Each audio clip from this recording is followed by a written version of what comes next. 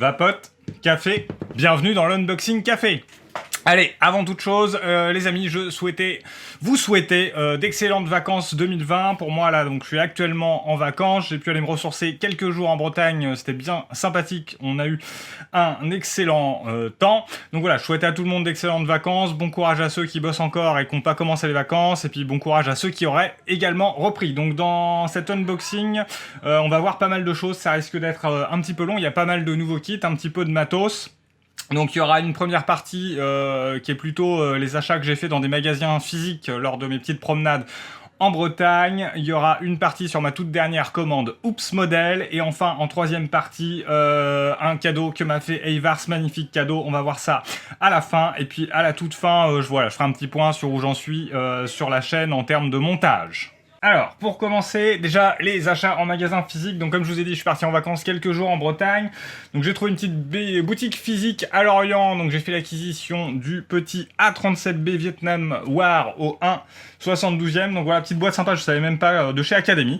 Donc, je savais même pas que les petites boîtes comme ça existaient. Donc, c'est plutôt sympathique. Voilà à peu près ce que donne le modèle une fois terminé. Alors j'aime beaucoup le A37B. J'avais hésité à l'acheter un peu au 1,48e. Je crois que c'est chez Trumpeter si je dis pas de bêtises. Mais a priori c'est assez compliqué à monter. Donc je me suis dit bon là on va le tenter chez Academy. Alors c'est un kit très simple. Il n'y a pas beaucoup de détails. Je vais quand même vous l'ouvrir pour que vous puissiez regarder. Moi je l'ai déjà ouvert au camping pendant mes vacances. Donc voilà vous avez quoi que 3 grappes. Comme ça je ne vais même pas plus les sortir que ça. C'est assez succinct, la grappe des verrières transparente, et puis après bah voilà vous avez la petite notice de montage qui fait que quelques pages évidemment, donc voilà, qui se déplie comme ça. Donc voilà, ça va être un petit modèle sympa à monter qui sera sûrement fait en full build je pense. Je vais pas faire step by step, et puis les décals aussi dedans. Donc voilà, c'est bien fourni, ça coûte à peu près, je crois que je l'ai payé 13 €. Alors évidemment, en magasin physique, on est un tout petit peu plus cher que par le web, que par la vente par correspondance, mais bon, ça reste raisonnable, vous avez le plaisir de rentrer dans la boutique, donc c'est sympa. Donc sa première petite acquisition. Ensuite, on me demande souvent si je vais faire un avion français. Du coup, j'ai pris également dans la même boutique le Mirage 3C de chez Academy. Donc là, pareil, on est sur un modèle qui est assez simple, qui est pas très détaillé. Je vous fais quand même un petit tour de boîte, mais je me suis dit que voilà, ça ferait plaisir aux personnes qui voulaient que je fasse un avion français. Et puis moi, ça m'entraînera sur les peintures métalliques aussi, parce que j'en ai jamais fait. Donc voilà, je vais vous montrer le kit aussi. Alors là par contre la notice c'est ultra simple, elle s'arrête à peu près à ça. Ça va pas beaucoup plus loin. Non, il y a une autre partie, je crois, je dis peut-être une bêtise.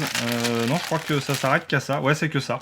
Il y a juste, voilà, cette page-là, il y a 6 étapes. Donc voilà, niveau de détail, ça va être, je pense, très simple. Mais voilà, bon, ça pourra permettre de faire un avion, comme je disais, couleur métallique. Après, je ne l'ai pas encore déballé, mais voilà, en termes de fuselage, on est plutôt pas mal. Dans ce cas-là, dites-moi si vous voulez que je fasse un in the boîte sur les deux kits Academy, là, le A37B et le Mirage 3C. Donc voilà, c'est pareil avec les décals. Donc ça, c'est pareil, c'était pas très cher, c'était 15 €. Donc ça va. Donc voilà, le petit Mirage 3C également. Ensuite, je me suis rendu à Vannes.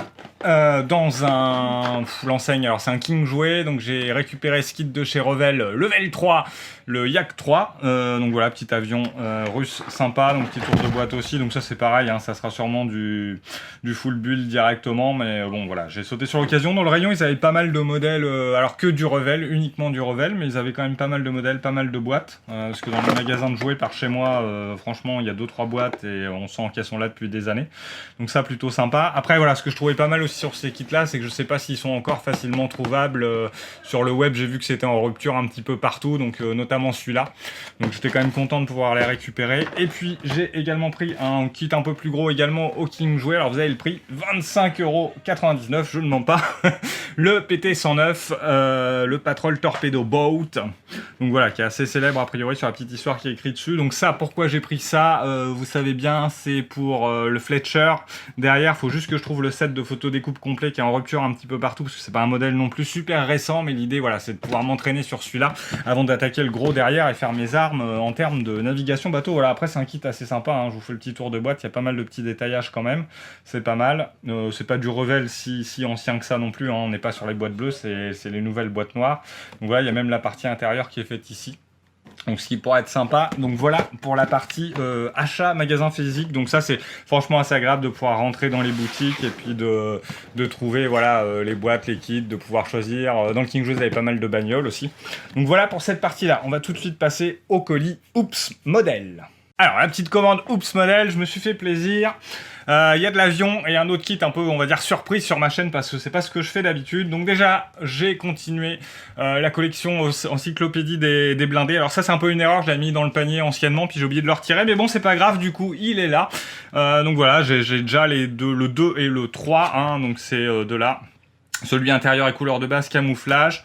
Donc après, il m'en manquera plus que 2. Voilà, j'aime beaucoup ces encyclopédies. Franchement, voilà, c'est des super bouquins. Il y a plein de techniques expliquées. Voilà, ça aide bien. Moi, j'aime bien toujours avoir du papier à côté de moi aussi pour expliquer les techniques. J'aime bien les voir sur YouTube, mais j'aime bien aussi le contact du livre. Je trouve ça assez sympa. Voilà, c'est expliqué. Vous prenez le temps. C'est plutôt pas mal. Donc ça, voilà, très bonne encyclopédie sur les blindés. Donc voilà, on continue la collection. Alors le kit que je trustais, on va dire, depuis un petit moment, je savais qu'il sortait le 1er août et Oops Model, je sais pas, l'a sorti un peu en avance parce que Edouard parlait tout le temps que du 1er août.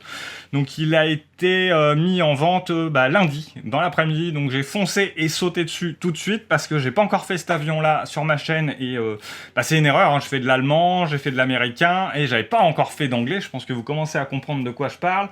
J'ai fait...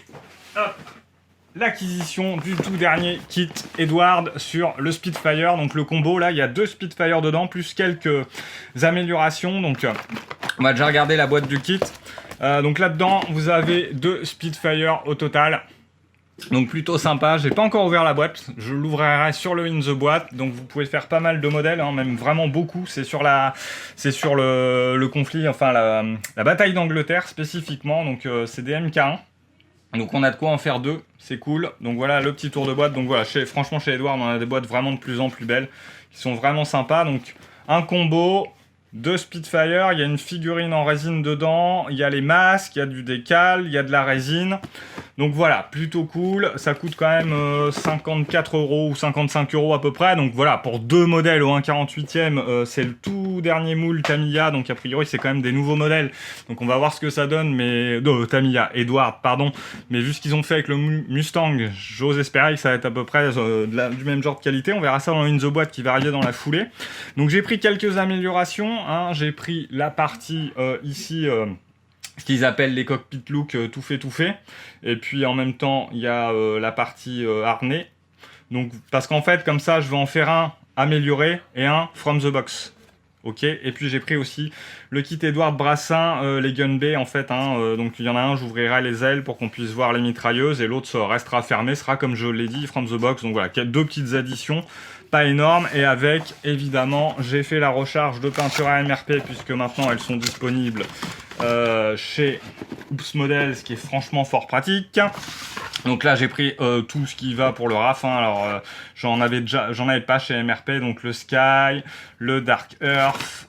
J'ai repris du vernis, ça toujours dès que c'est dispo faut en prendre, surtout le gloss, du Middle Stone, j'ai pris quoi d'autre, le Light Green, j'ai pris toute la gamme RAF je crois chez MRP, quasiment quoi, Light Earth, ensuite l'intérieur Grey Green, le Azure Blue, et puis enfin le dernier, ça doit être le vert foncé, le Dark Green. Donc voilà, là je suis pareil pour faire mes 2 petites Spitfire avec toutes ces peintures là, ça sera du full MRP.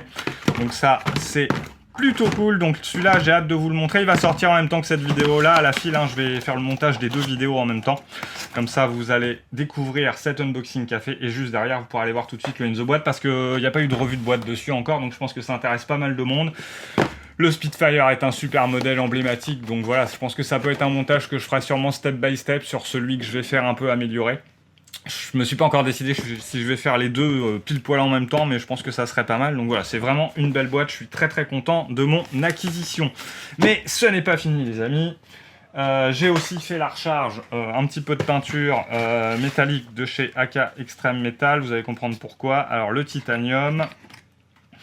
du style, parce que ça on l'utilise quand même pas mal, même si j'en avais déjà un, c'est une recharge. Le pale-brasse, je sais même plus. Ensuite, on avait le brasse tout court. J'ai pris la recharge hein, pour avoir un peu toute la gamme qui peut être embêtée. Et le stainless steel. Le seul que j'arrive pas à avoir pour le moment qui est tout le temps en rupture, c'est le polyshed aluminium. J'en ai besoin pour le Mustang et du coup il est en rupture partout pour le moment et depuis de nombreux mois. Alors soit à chaque fois je tombe pas dessus et j'ai pas de bol, mais bon, bref.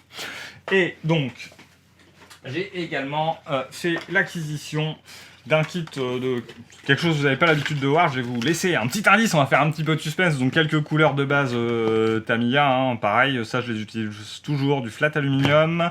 J'ai pris quoi d'autre, du chrome silver, parce que ça j'en avais pas, et puis un noir satiné de base, ça doit être le X1 là, le noir mat.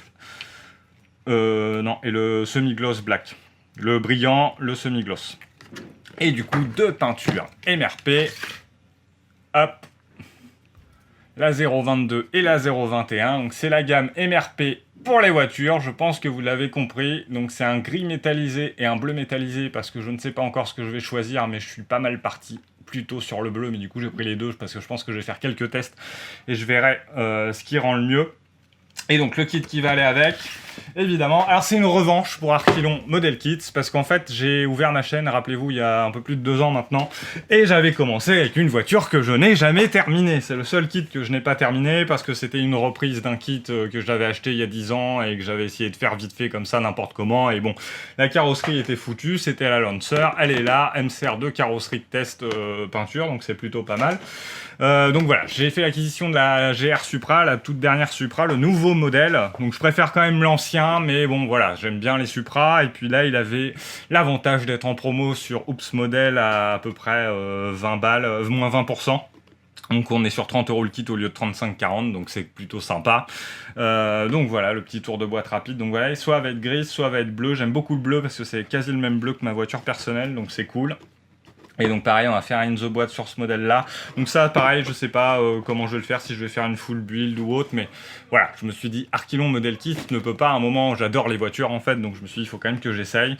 On est sur un kit Tamiya, ça a l'air d'être un très joli kit, en plus on l'a pas trop vu non plus la Supra, donc c'est plutôt cool. Donc voilà pour cette partie là.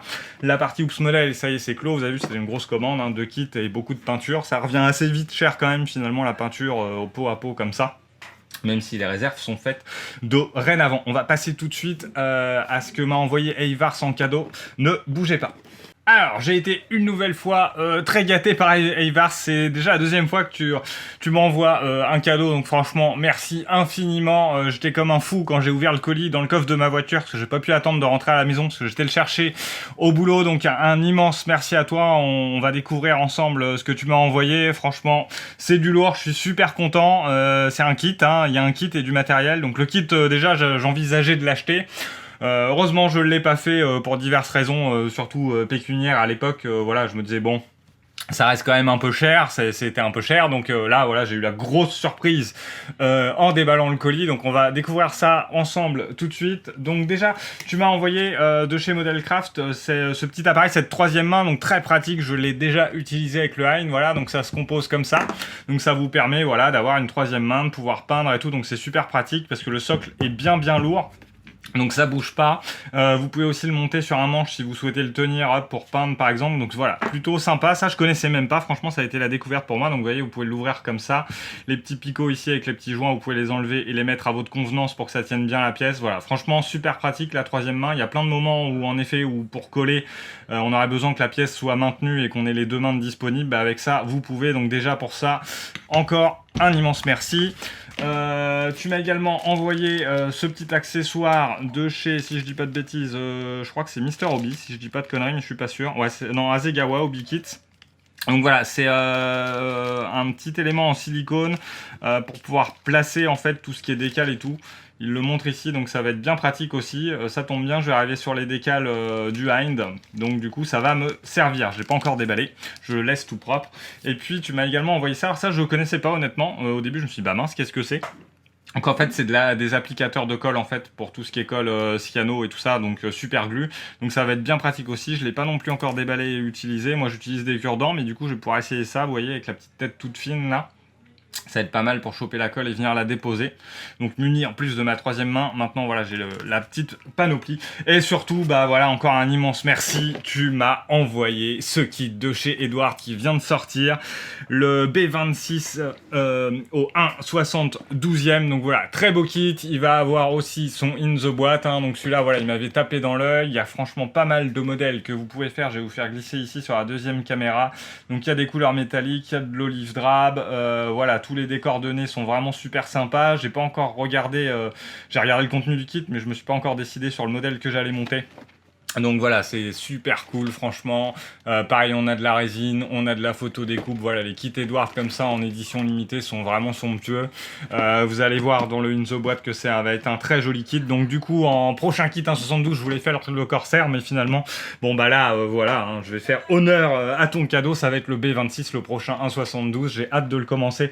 Donc franchement, un énorme big up à toi et merci beaucoup, beaucoup. Voilà, l'heure est venue de clôturer cet unboxing café été 2020. Donc voilà, hein, j'ai été très très gâté. J'ai largement agrandi mon stock encore. Donc voilà, en parlant du stock, le balance ton stock, finalement j'ai décidé de le passer plutôt début septembre. Voilà, quand tout le monde sera rentré de vacances, etc. Qu'on puisse en profiter en live.